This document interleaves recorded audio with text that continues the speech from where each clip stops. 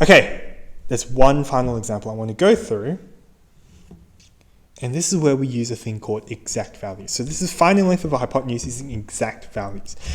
Now, if you see this word exact values, what it means is that we leave our answer under square root if we can't find a perfect square.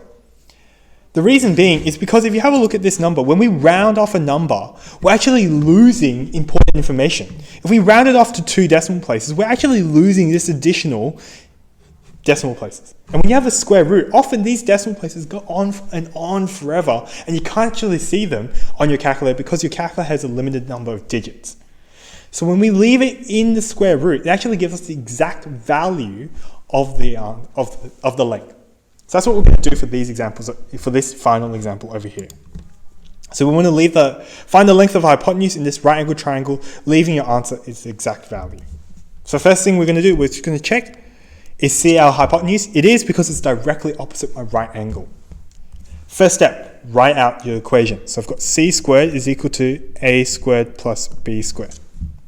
I find the values of a and b. I'm going to say a is equal to one of my shorter sides. Let's call it 5. I don't care which one it is, as long as it's one of my other short sides. And I've got b is equal to 2. Okay, so let me substitute those values in.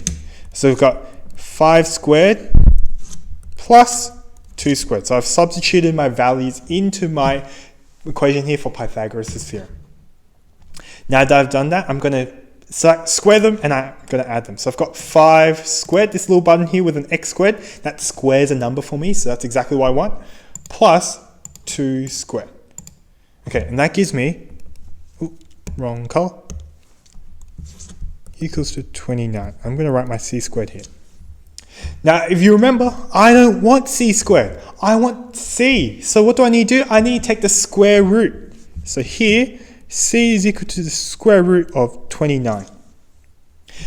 Now, if you were trying to find it to 2 decimal places, you would need to put this number in your calculator and then round it to 2 decimal places. But what exact values means is I can leave this in this form. If I leave it as square root like this, this is we've left it as an exact value.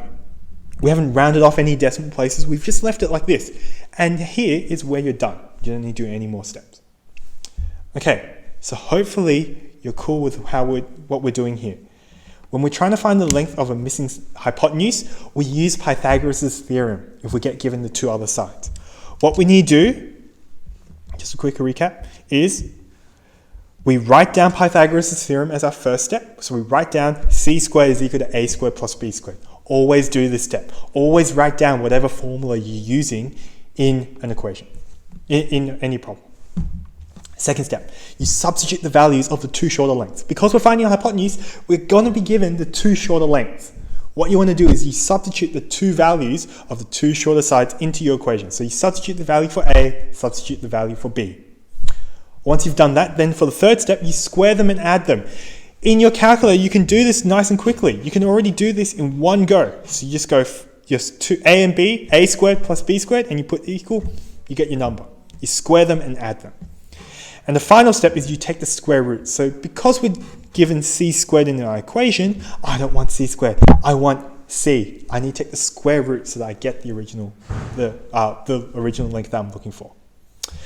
So now that you've got this, you can hopefully go through a few of the questions in the chapter textbook form. See you next lesson, Year 9.